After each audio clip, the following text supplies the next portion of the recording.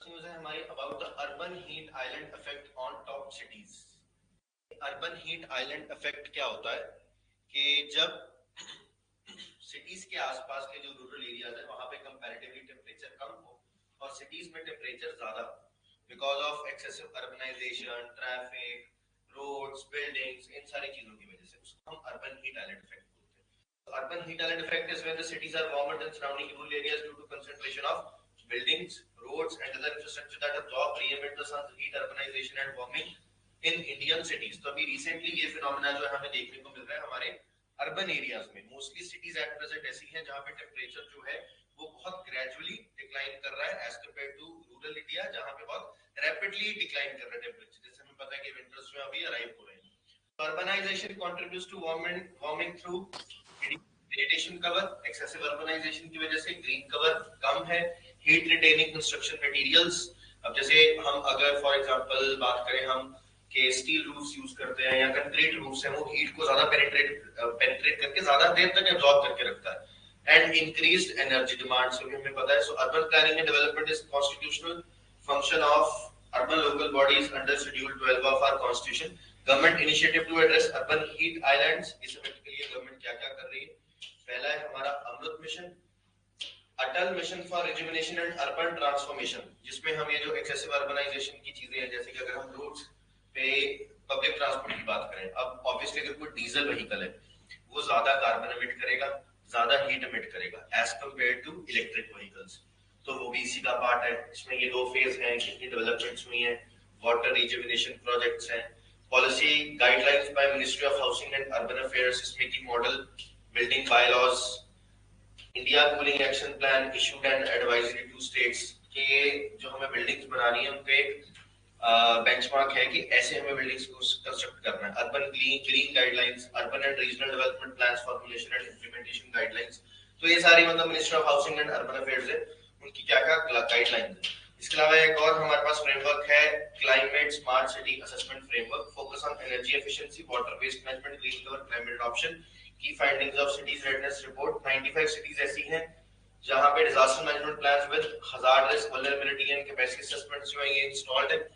85 cities में green cover norm जो है that is more than 12%। 76 cities जो है वहां पे बजट्स ऑलरेडी एलोकेट किए जा चुके हैं for rejuvenation of water bodies and 41 cities जो है वहां पे ये डेवलप्ड और are developing climate action plan. Climate action plan क्या है, ये हमारा ये climate change and temperature trends, इसमें जब पेरिस एग्रीमेंट हुआ था तो वहां पे IPCC is intergovernmental partnership on climate change, इनकी 2023 की रिपोर्ट है जिसमें ह्यूमन एक्टिविटीज जो है that is primary cause of global warming and global surface temperature reach 1.1 Celsius above pre industrial levels. जब इंडस्ट्रियल रेवोल्यूशन आया था 16th सेंचुरी में, उसको अगर हम आज से कंपेयर करें तो हमें एवरेज हर साल इतना टेम्परेचर जो है राइज देखने को मिल रहा है।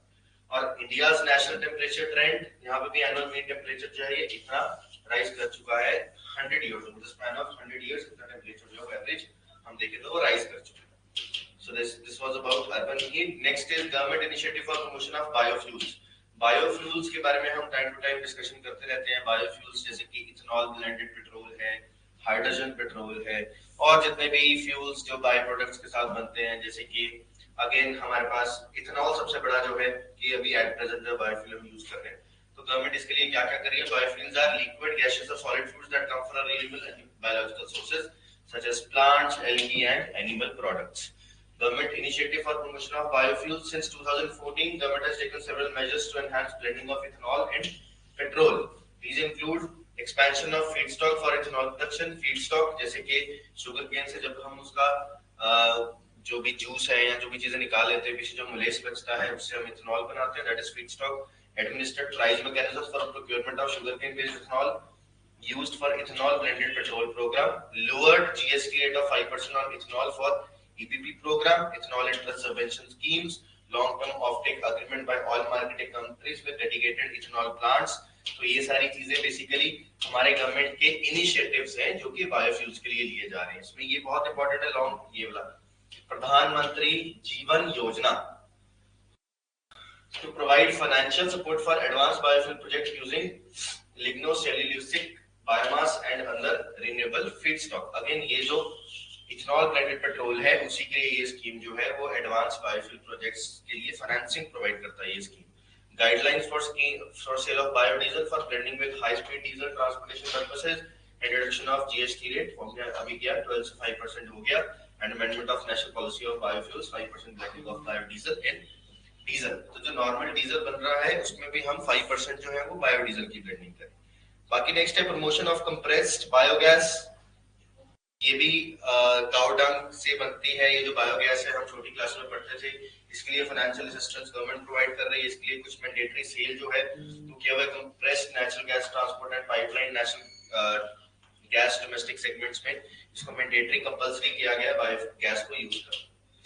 ठीक है, और इसकी कुछ अचीवमेंट्स हैं, ये सारी चीजें आप पढ़ सकते हो, क्या क्या अचीवमेंट है ये डाटा है हमारा सारा। नेक्स्ट आगे चलते हैं श्रीलंका इंडिया एक्सरसाइज 24 नाम से पता लग रहा है स्लीनेक्स, इसको हम स्लीनेक्स बोलते हैं। Sri Lanka India bilateral naval exercise हुई कहां पे है? ये विशाखापट्टनम में इंडिया में। और बाकी आपको पता ही है एक्सरसाइज में होता क्या है, ये याद रखना, ये नेवल एक्सरसाइज है, आर्मी एक्सरसाइज नहीं है। इंडिया की तरफ से इसमें पार्टिसिपेट किसने किया है? INS Sumitra naval offshore patrol vessel and special forces team. और श्रीलंका की तरफ से पार्टिसिपेट किया है उनकी Sri Lankan naval ship Sayura offshore patrol vessel and special forces team. तो इसमें वही जो इनके जॉइंट ड्रिल्स है स्पेशल फोर्सेस की, gun firing, seamanship and helicopter operations. 2024 edition aims to enhance interoperability and promote the rules based maritime environment। Next last news है हमारे पास MSC spice scheme. So MSC spice scheme नाम से पता लग रहा है this is related to MSC मतलब माइक्रो स्मॉल एंटरप्राइजेस, जो छोटे बिजनेसेस हैं for the production for the development of ये हमारे पास सॉरी एनहांसमेंट के लिए इनकी ग्लोबल इंडिया को ग्लोबली हम प्रोड्यूस करें। स्कीम के बारे में पढ़ते हैं। Circular economy adoption of MSME bye promoting resource reduction, reuse, recycling across 11 sectors. It supports the sustainable practices. ये स्पाइस वो मिर्च मसाले वाला स्पाइस नहीं है, ये याद रखना। ठीक है, ये जो स्कीम है spice scheme, this is related to recycling, reducing, reusing and recycling of resources. किसी भी तरह के रिसोर्सेज, कोई भी तरह के रिसोर्सेज जिसको हम रीयूज कर सकते हैं, जैसे कि plastic, rubber, E waste, municipal waste, compressed biogas, lithium ion batteries, end to life vehicles, ferrous, non ferrous, scrap metal, solar panels, gypsum and hazardous industrial waste. ये उन सारी चीजों को टारगेट करता है, उन सारी चीजों के रिसाइकलिंग के लिए, रीयूज करने के लिए, उनके यूज को रिड्यूस करने के लिए जो छोटे एमएसएमईज हैं उनको सपोर्ट करता है। इसमें this scheme promotes the adoption of circular economy solutions by more than 3400 micro and small enterprises, जिसमें टोटल पैसा जो है वो 472.5 करोड़ रुपीस जो है एलोकेट किए गए हैं। टोटल एक्सपेंडिचर अभी तक का इसमें 1.31 करोड़ रुपीस है। सो इसकी जो एम है to encourage sustainable practices through waste reprocess, waste को हम दोबारा रीप्रोसेस करें, वेस्ट जनरेशन को कम करें। ठीक है, तो ये ही बस 3-4 न्यूज थी हमारे पास, जो लास्ट न्यूज थी।